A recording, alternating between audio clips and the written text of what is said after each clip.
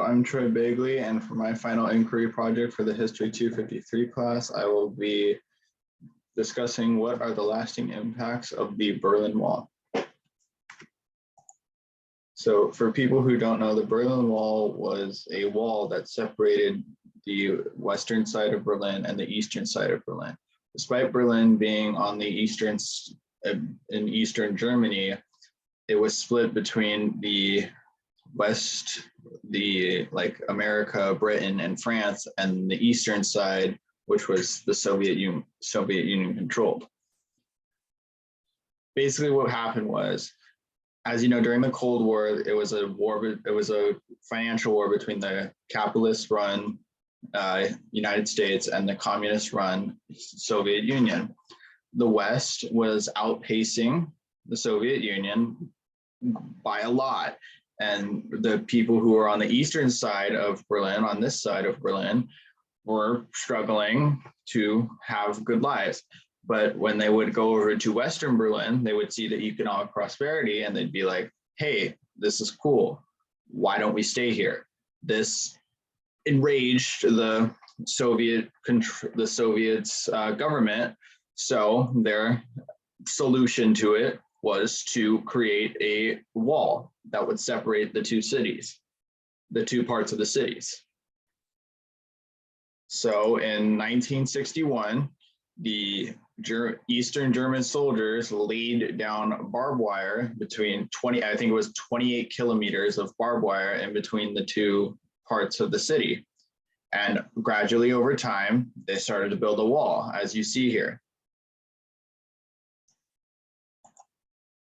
A few vocabularies to keep in mind. The Iron Curtain. The Iron Curtain was a metaphor used by Winston Churchill to describe how the East and West Berlin was split from the Eastern Bloc and the Western Bloc of countries. The domino theory, a theory stated by President Truman that states if one country fell to communism, then the next one would, and then it just would keep on gradually happening. This is really articulated in the Vietnam War. And then the Marshall Plan, which is the US program of giving economic aid towards European countries to help them rebuild Europe after World War II. So a really important part of the Cold War is the Iron Curtain. The Iron Curtain was a metaphor used by Winston Churchill in his speech right here, from Stettin to the Baltic to the transit to the Adriatic. An Iron Curtain has descended across the continent.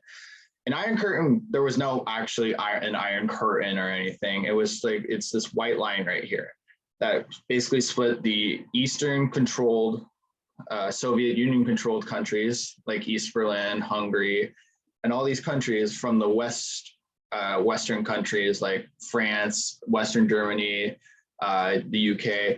Basically, sides that were affiliated with the United States were on the west side, and states that were controlled by the Soviet Unions were on the east side. Why I say controlled is that during World War II, rather than liberating the countries that were controlled by Europe, the Soviet Union more like took over the countries that were controlled by the eastern countries that were controlled by Germany. So this is a picture of the German people celebrating that the wall was being taken down, that they were finally able to come back together, and that this was the first real big step towards German reunification. So I chose this quote from JFK: "Freedom has many difficulties and democracy is not perfect, but we had never had to put up a wall to keep our people in to prevent them from leaving us." This is a big conclusion I have because a lot of people blame, when Germany talks about the Berlin Wall, they blame the Soviet Union and they blame communism. Communism was a big part in the Cold War because it was the main ideology of the Soviet Union, who was one of the biggest countries during the Cold War. So they basically saw as I mentioned, the Iron Curtain before, they basically saw the Berlin Wall as an extension of that. It was just more division between the western side of the world and the eastern side of the world. And that was basically how the German people see it, and that's how they still see it today. However, something interesting that happened from it was, this is a picture of parts of the wall that still stand. Something really interesting that happened was that deep division that was caused between East Berlin and West Berlin, and more specifically and more broadly, East Germany and West Germany, is that there's still a great division today. East Germany and West Germany were split through the entire Cold War, so from 1945 all the way to 1990. And then Berlin was split for 28 years from 1963 to 1989. So that was a lot of time, and I think a couple generations had passed throughout that time.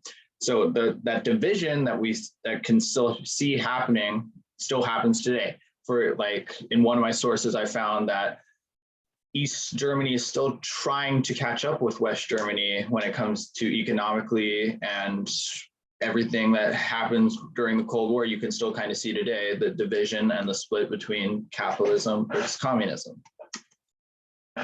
So this is a picture of, this is a kind of a famous painting of the Soviet Union being waved over Berlin when they took it in World War II.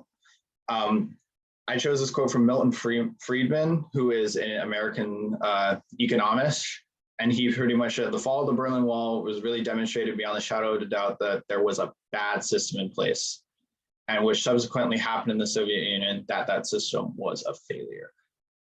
It's kind of hard to say who won the Cold War, but one thing that happened during the Cold War and what ends it is how the Soviet Union being dissolved.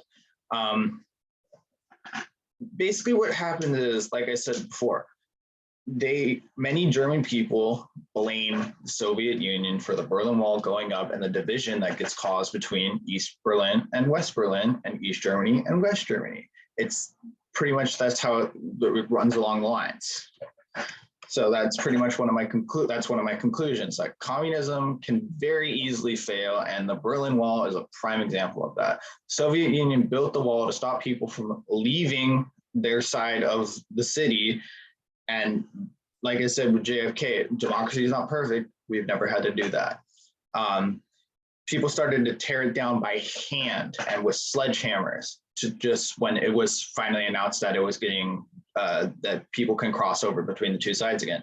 That's how disapproving the people of Berlin were of the Berlin Wall. They've literally started to break it down before, like, commercial construction and deconstruction could happen to it.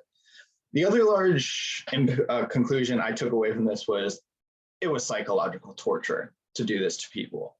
You separated their families. Some people, like, let's say you were visiting East Berlin for one night, that one night was the night that they split Berlin across the center of it, across the middle.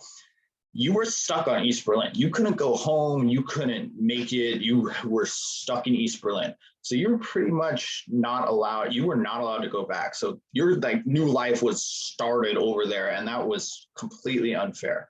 And this, unfortunately, this divide still is still very much alive today. In one of my sources, there was a German economist who basically broke down that East Berlin, that East Germany is still catching up with West Berlin economically, and it's that kind of the psychological differences between West Berlin and East Berlin are still very much there.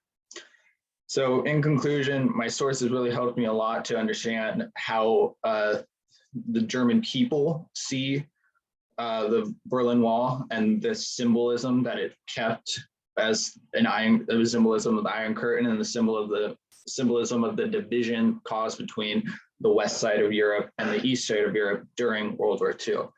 And my other big takeaway was, it was just horrible for the German people, and the Berlin Wall still remains a gigantic injustice to this day. Thank you for watching.